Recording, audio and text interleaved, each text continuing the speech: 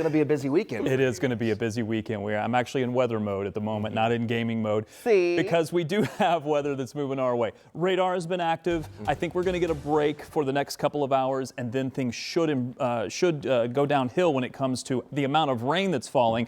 So a little improvement short term. Unfortunately, the heaviest rain arrives sometime later this evening. Here's what we're looking at when it comes to our outdoor cameras. We do have conditions that are going to be kind of soggy for the next 2 or 3 days, but I think the bulk of the rain is going to arrive tonight with that batch, that ribbon of moisture. Now, already today, some locations are approaching a ½ inch of rain. That's what we've received so far. And Angela was kind of pointing this out. She said, yeah, the monthly rainfall total is 1.97. Doesn't sound very interesting until you realize this is only 3 days of rain that are on the board. So already we've received a lot of rain just within the last few days, and now we're going to add more on top of that. This batch is lifting north. We're going to get into this warm sector, at least for maybe the southern half of the state, but then we get a break before this ribbon of moisture begins to set up, and at some point it will, and that's what I think will give us the best chance for rain. I had to check this to make sure this wasn't an error. 87 right now in Nashville. That's the current temperature. It is 53 in Indianapolis.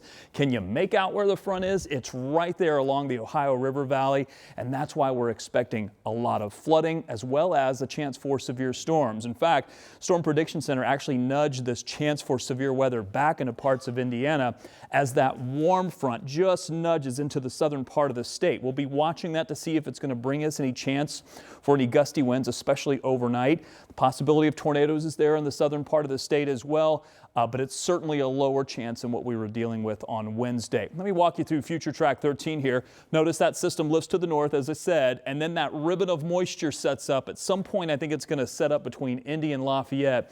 But if you move it just a county or two either side, it's really going to change who sees how much rain.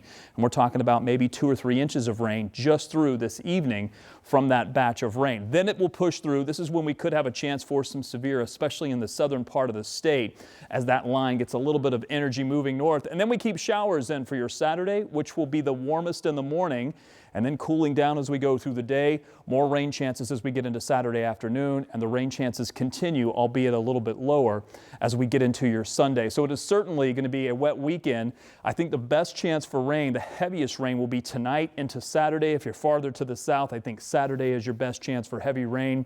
Temperatures starting out a little bit milder in the morning and then getting a little bit cooler as we go through the day. Beyond that, I do think that we're going to see the temperatures. By the way, there is a severe threat in the southern part of the state on Saturday. The temperatures are going to drop in a big way. Look at Sunday's high temperature, 45. We bounce around a little bit, but then we warm up right after that. Very quickly, let's talk traffic just to show you the traffic map. Has a couple of accidents that are on the board, especially the 69 side here heading into 465. Kind of the usual suspects in many of these locations. There was a slowdown on parts of 69 southbound there.